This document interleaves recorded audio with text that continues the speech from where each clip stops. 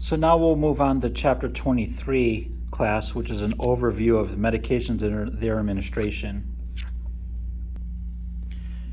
If you don't mind, when I'm going to start talking about the administration of medication, and I'm going to turn my camera around here so you can see me.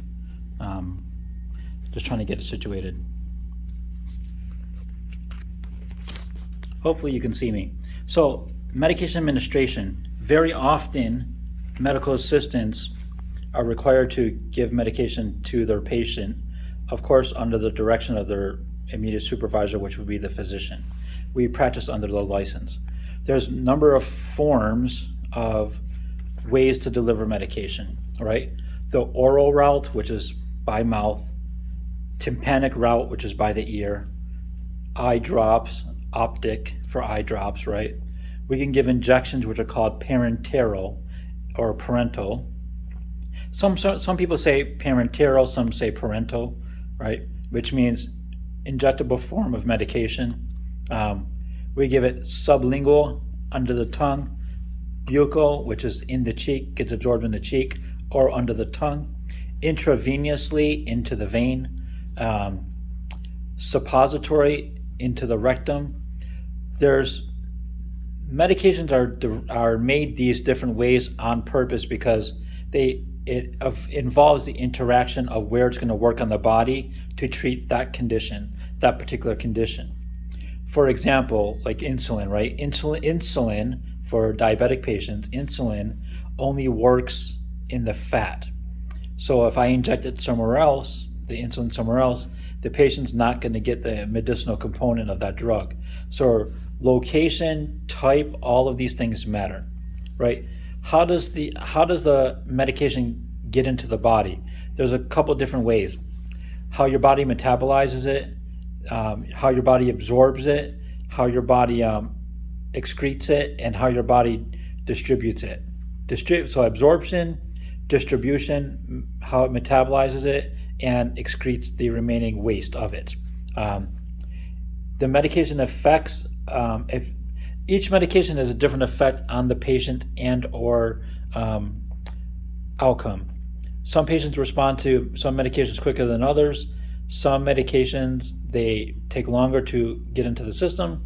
Some medications, they don't work at all. That's why they call it the practice of medicine. Hopefully as a patient, the patient sees the right physician and they get treated right the first time. Often patients have to see the same provider multiple times, multiple treatments, or get a second opinion because not one doctor is always the right answer, in my opinion. That's why we call it the practice of medicine. And we also have, you as a medical assistant, you have to, from your patient, gather from them all the medications they're on, write them down in the patient chart, alert the doctor, because the whatever medications they're on may counteract or contraindicate what the doctor wants to prescribe, and vice versa. What I'm giving the patient, I don't want it to stop whatever medication they're currently taking, right? So it's a good idea to get an overall view of what the patients are on, or what you're giving them, what you're prescribing them. And I always tell everybody to learn your doctor. There's like thousands of medications in the world. Your doctor's not going to write or remember thousands of medications. They're going to remember the top 20 that they know. I recommend everybody always to learn your doctor's habits, write down their habits. Hey doc, what's the top 10 antibiotics that you write? Learn its effectiveness, the dose, the route, all that stuff for all the common ones, common drugs or medication your doctor writes. Learn your doctor's habits. If you work for more than one doctor, you have to learn all their habits. A little bit more challenging, but it can be done. You're never going to remember 400,000 medications or however many there are out there, or all the side effects. Neither does your doctor. But just like we use a cheat sheet or resource, so does your doctor. Your doctor uses what they call it the doctor's Bible, a really thick book with all medications in it called the PDR. PDR stands for Physician Desk Reference. In that book, it's published annually because medications change, new contraindications come out, new drugs come out, so the book is published annually. There's also an app which is more convenient called PDR.net. It's that big book summed up into an electronic version as an app on your phone, PDR.net. Another good resource to learn is drugs.com or rxlist.com. But my opinion is to learn your doctor's habits and learn your supply cabinet too. Whatever's in the supply cabinet at your office or location, that's pretty much the common ones that your doctor will write for. It makes it easier for everybody.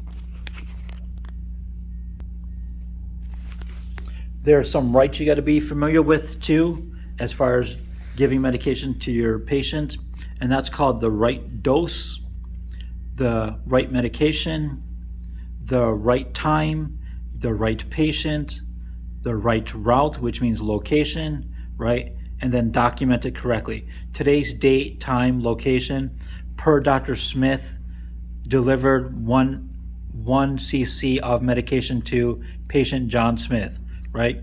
You want to make sure it's the right patient, because just by chance you might have 5 patients that day named John.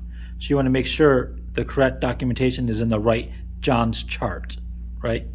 There's again, dosaging of medication can be found in the PDR.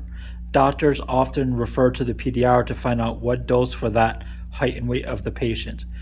Dosaging of medication is all calculated based on the height and weight of that particular patient and whatever they're on already as medications or not. There's a very common formula called D over H times Q. We'll go over that further next week when we do our complete review of all these chapters. Next week is week 4, which will end our week next week. But so we have these next couple of days for week 3, and then all of next week, and then we'll move into the next radiography course. So we'll talk more about these chapters next week, right?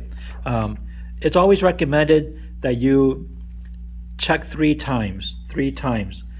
Check the medication from the cabinet, check against the chart, and then check again after you draw it up or make the quantity. 3 check system before you give it to the patient. You never want to have a guessing game inside the patient's body.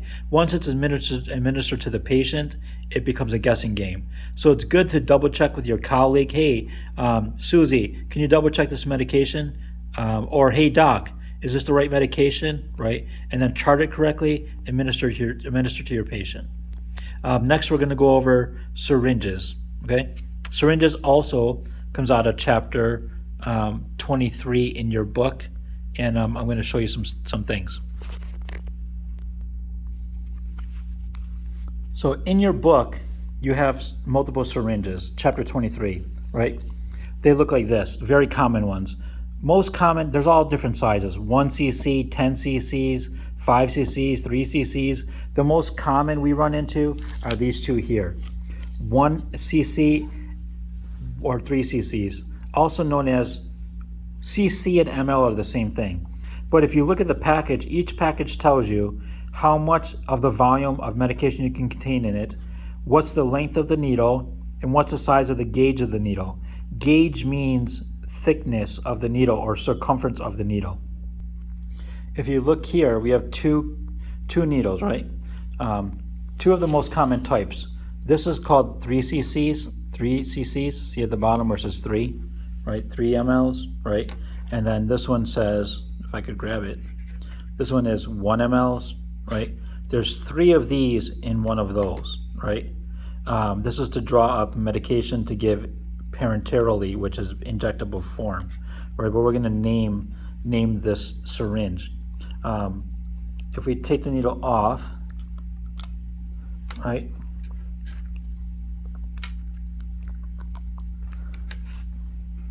Hang on, let me redo this. We have, starting from the shaft of the needle to the end, to the plunger, we have what's here at the tip of the needle, or the hole. See that hole there? Do you see that hole? I don't know if you can see it. There's a hole of the needle. That's called the bevel. Your bevel should always be facing up when you administer medication to your patient. Then this is called the needle shaft. That's what goes in the patient, the whole thing. to get to the right location of the site that you're injecting. That blue part is called the hub or hilt. This calibrated area of the syringe is called the barrel. This part right here is called the flange. This right here is called the plunger, right? So you pull back, right? You fill up to, see that dark area inside where the triangle is? The tip of the triangle is where you fill the medication up to give you the proper dosaging in there. 3 cc's, and these are divided doses, right? So that's 1, 1.5, 2, 3, right? And I think the in between are 25. What is it? Quarter, half? No, eighth, quarter, half, 3/4. Oh no, hang on. Those are eighths. 1, 2, 3, 4, 5. Half, and then 1, 2, 3, 4, 5. Whole, right? So on and so forth, up to 3, right? This one is more calibrated, right? These are in decimal points equivalents. So those are whole numbers, right? These are decimal points equivalents. So the doctor says draw up 0.2 of insulin. You would choose this syringe, not that one, because this is more accurate. It has decimal points, right? Again, the needle shaft, that hole again, now you can see it, called the lumen. So we start with the lumen or needle tip, right? Needle shaft, the exposed needle part. Hub or hilt is the blue part right there. The barrel, right, which is calibrated.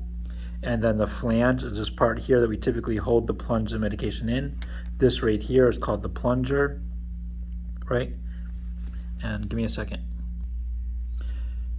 Some medications are one-time use only, and those are typically like called ampules, glass little tube right there. You break it away from you and you fill your syringe accordingly. So those are pre-calibrated too. So if it's 1 cc of medication and not ampule, you should have 1 cc of medication in your syringe, right? We'll go to another one, more common one. See this here?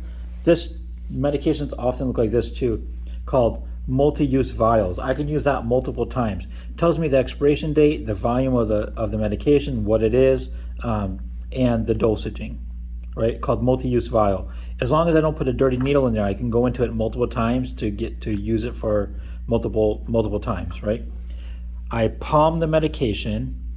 I'm supposed to palm it in my hand. I don't really like this picture. You're supposed to palm the syringe in the vial in your hand to get a better grip so you don't bend your needle. Kind of makes sense, right? Palming the medication in your hand, then you inject your medication, your syringe into it and withdraw your solution or whatever medication you're doing. Then you could pluck it out, tap the syringe. Why am I tapping the syringe? Because you want to eliminate as many bubbles as possible. Injecting bubbles into a patient is not good, so you eliminate as many bubbles as possible before injecting. You see this here? The guy's putting the needle into the covering, right? You can't, so there's a couple of rules here. In medicine, you never want to recap a needle. Recapping a needle means putting this on like this and securing it completely. That's recapping a needle. That's a no-no. You never want to recap a needle because you can accidentally stick yourself with the needle and then it becomes an incident report.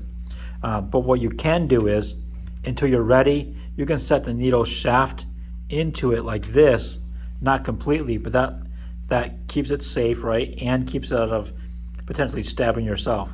You never recap a needle fully. You can accidentally stick yourself. So say you just gave an injection to a HIV patient and you recap the needle, you attempt to recap the needle and you stick yourself. Now his virus could potentially be in your body. If that were to happen, you stop the procedure right then and there. It's called stop, wash, flush, and report.